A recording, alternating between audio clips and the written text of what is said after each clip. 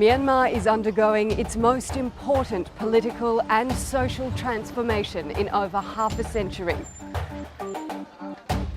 As it opens up to the Western world, it will play a pivotal role in the future of Southeast Asia. I'm Ella Callan, and on this edition of 101 East, we take an inside look at Myanmar's newfound freedom and what it means for everyday people.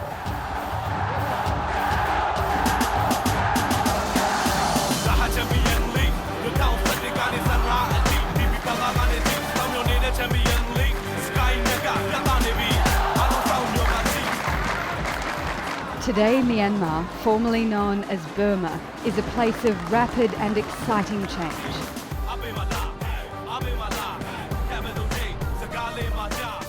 In less than a year, this country of 60 million, which sits between China and India, has shed its pariah status and begun to take steps toward democratic reform.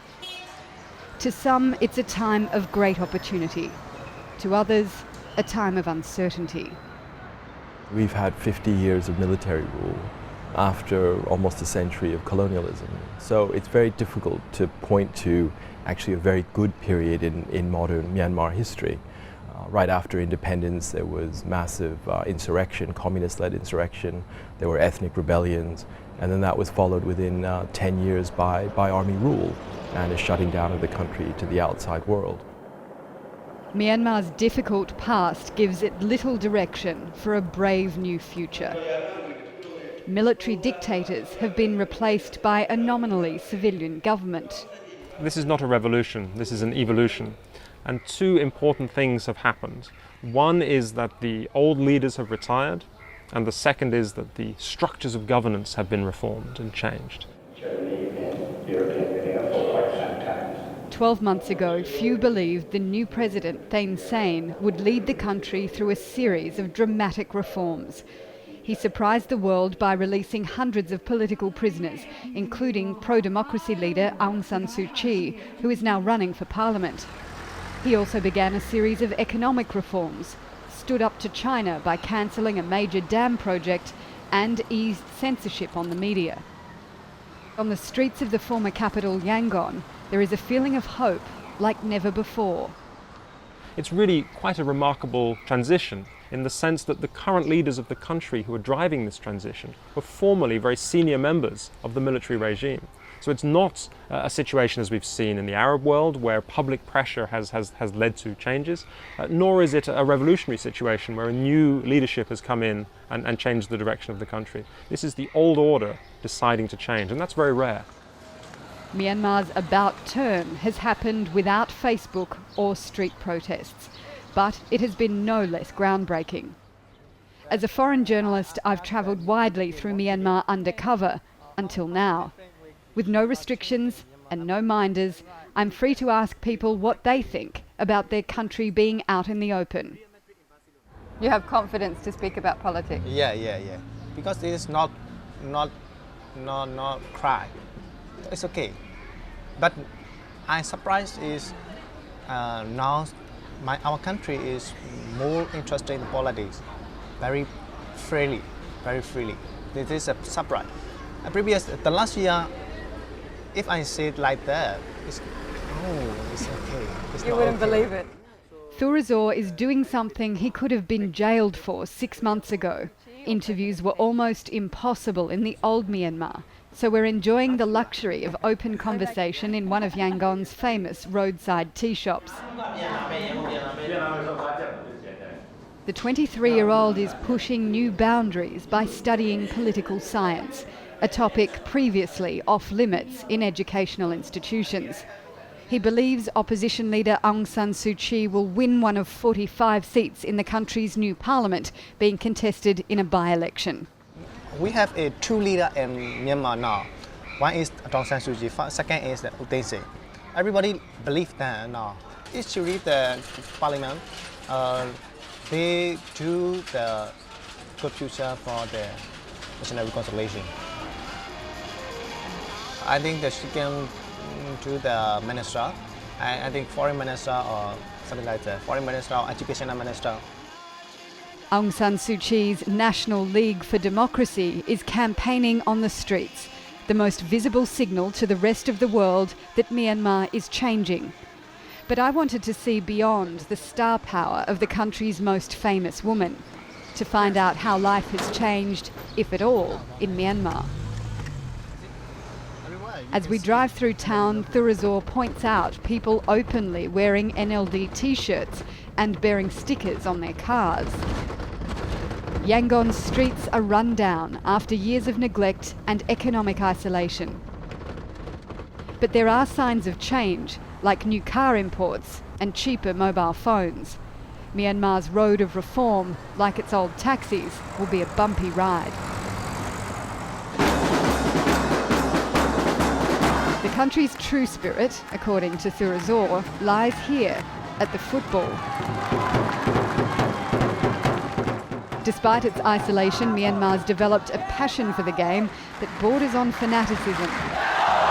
Today, Yangon United and Yadanarbon FC, the country's two biggest teams, do battle in front of enthusiastic fans. In this highly charged atmosphere, I wonder how much the rules of the game in Myanmar have really changed.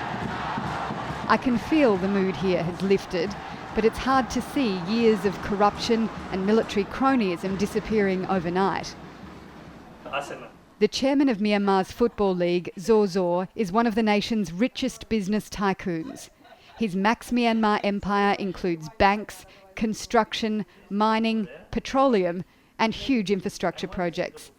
He says he spends $2 million a year on the Football League with the dream of seeing Myanmar compete on the world stage. In 8 years, we want to be Asian, qualifying. Also in 12 years, we want to be in World Cup qualifying.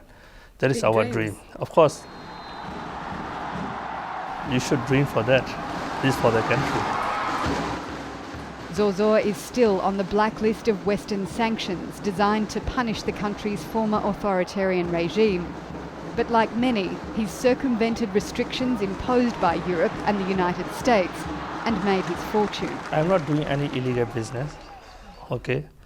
I try my best to build up my business, but I give 8,000 people, I can create a job for them. Jobs are certainly needed. Scrapping sanctions, he says, will encourage more investors. This is the rich people and the poor people. There is a big gap. Now that's why we are happy to see the political reform and changes. We love to see that. Has that taken away power and influence from people like you? No, what do you mean the influence? I'm doing business and I want to help the people. Also, I want to earn the money is for what? I want to challenge. We need a strength in local entrepreneur also. So we have to compete. Whoever come to Myanmar and work together, cooperate and together and grow the business. We have to create a job. The country ranks far below its Asian neighbours, yet it's one of the region's most resource-rich nations. It could be one reason that Myanmar's leaders have had a change of heart. There's been a sense for some time, I think, at least a decade, that Myanmar needed to change, to catch up with the rest of the region and to resume what it saw as its rightful place in the international community. Myanmar has never been particularly comfortable being a pariah.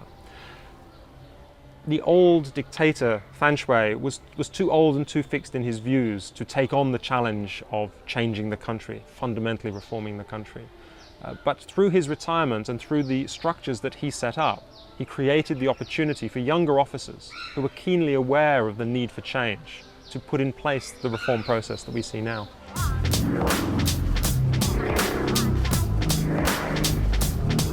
Over 2/3 of the population live in rural areas and have borne the heaviest burden of sanctions and economic mismanagement. Outside of Yangon, roads and infrastructure deteriorate quickly. Life here is much as it has been for the last century. Access to healthcare, running water and electricity remains a challenge for many. They don't have enough money for their basic food needs, healthcare, education. A third of all kids are malnourished. Poverty is predominantly rural. About 75% of the people who live below that poverty line live in rural areas. And it varies across the country, but in large parts of the country, people can't afford to put meals on the table and send their kids to school and basic health care. Myanmar was once the world's biggest rice-producing country, but now the main driver of the economy, agriculture, is no longer profitable. Farmers fail to make a living because seeds, fertiliser and labour are unaffordable. For the bulk of the population, credit is prohibitively expensive, especially here, where just over 3 years ago, people lost everything. This is the Irrawaddy Delta. In 2008, Cyclone Nargis wiped out this region, killing more than 140,000 people. Today, a third of the population here live below the poverty line. Foreign media are rarely allowed to visit, but we've come to see how access to basic credit can help lift people out of a cycle of poverty. In small villages across the Delta, life is still not completely back to normal. Almost all homes have had to be rebuilt.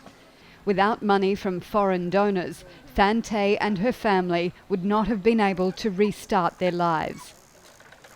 As a seamstress, she earns about $2.50 a day. She took out a $60 microfinance loan and bought a trishaw for her husband to give the family a second income. The small fortnightly repayments are affordable. They can send their 6 children to school and have built a bigger house. The Livelihoods and Food Security Trust Fund is one of the few foreign donor organisations working inside Myanmar. The $100 million fund provides loans and assistance to the country's poorest people. Our lives have improved a lot. We were very poor, but with the loans we can buy things that help our family to make an income and develop. The demand for affordable credit far outstrips supply in Myanmar. Most people have no access to banks, so money lenders with high interest rates have been the only option. Microfinance could be one solution that would deliver a quick economic win to rural people.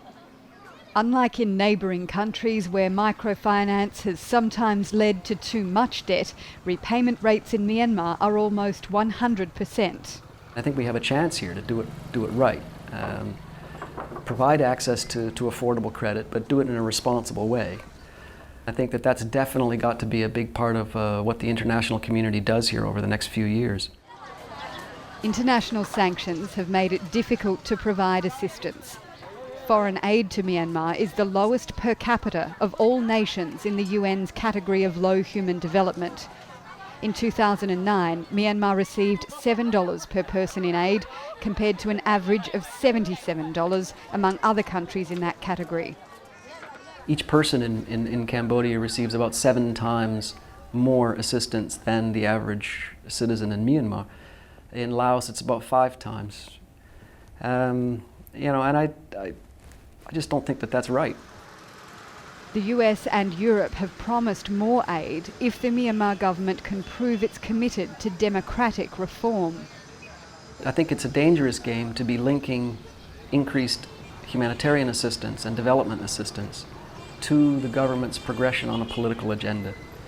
Because I think that people of this country deserve the international community's assistance, regardless of whether the government does the things the West likes. Small amounts of money have a big effect on people's lives here. For those with little experience or understanding of elections, economic change seems to be more urgent than democratic progress. I hope people around the world can share my dreams as an average woman in this country. We would like to receive more loans so that we can do more work and become independent. People like me can be entrepreneurs one day. Many hopes rest on Aung San Suu Kyi. Almost universally, people believe that she will bring them economic prosperity. But with expectations rising so quickly, there's a fear they will not be met. Whether or not she and her party will be able to do that, only time will tell. I mean, she and the party have to make a fundamental transformation from being a democracy campaigning movement to being a parliamentary party that's able to tackle basic economic problems. And whether or not they're able to do that, I think, is still an open question. The symbolism of such an influential and respected figure taking a seat in Parliament could go a long way towards restoring relations between Myanmar and the international community. But solving the country's economic woes is a greater challenge.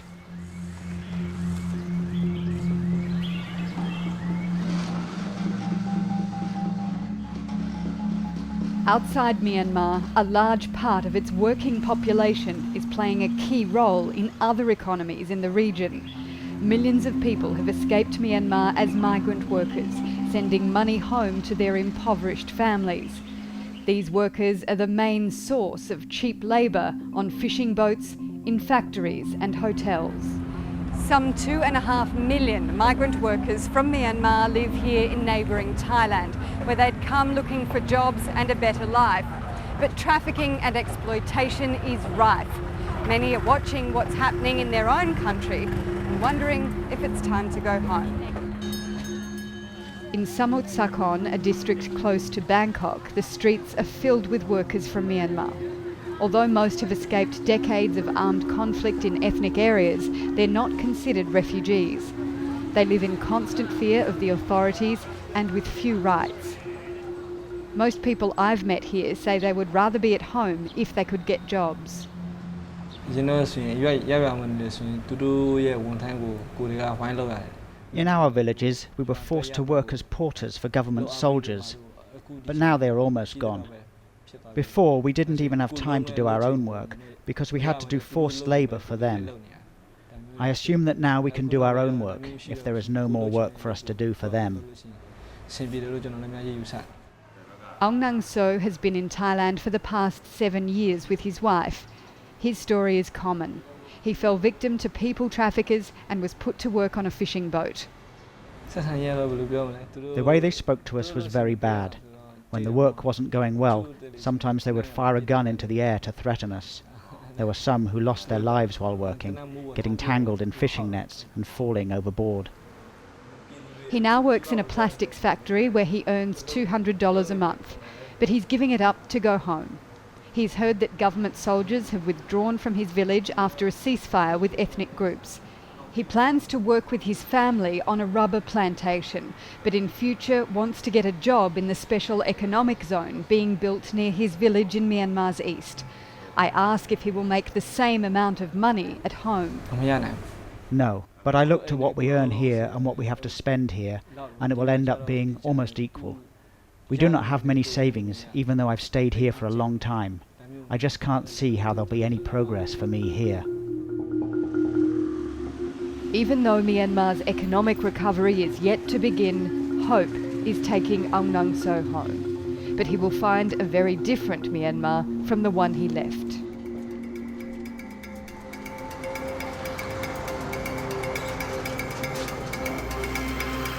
The early morning newspaper rush in Yangon is a sign of a fledgling democracy in action. A hunger for knowledge has led to an explosion of publications which face less censorship than in the past. Pictures of Aung San Suu Kyi adorn the front pages alongside the president Thein Sein. Her image was illegal not so long ago. Now it drives newspaper sales. To find out how freely journalists can report inside the country, I pay a visit to respected writer Maung Wun Tha. In his 50-year career, he has been a 3-time political prisoner and was elected to Parliament for the NLD in 1990, when the party won in a landslide but was not allowed to take power. After that, Maung gave up politics and went back to journalism. What we need in our country immediately is we need the competent politicians from both sides, or from the Empower Party and as well as from the side of oppositions. Basic education about democracy is one of the aims of his journal, The People's Age, which published the first article written by Aung San Suu Kyi after her release from house arrest. Censorship is still a weekly battle, but he says it's much better than it was. We had 75% freedom of expression, and then 25% we are still censored. Yeah.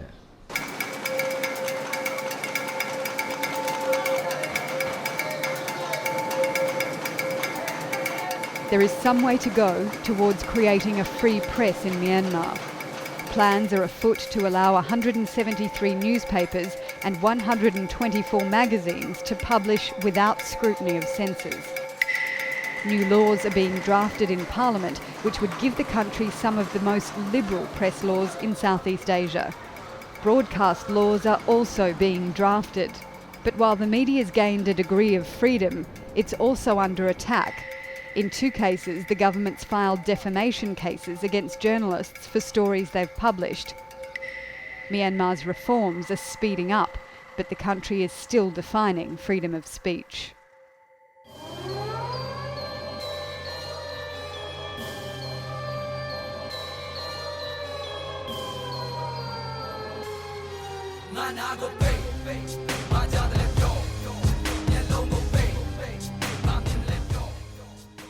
A new generation of artists are finding their voice.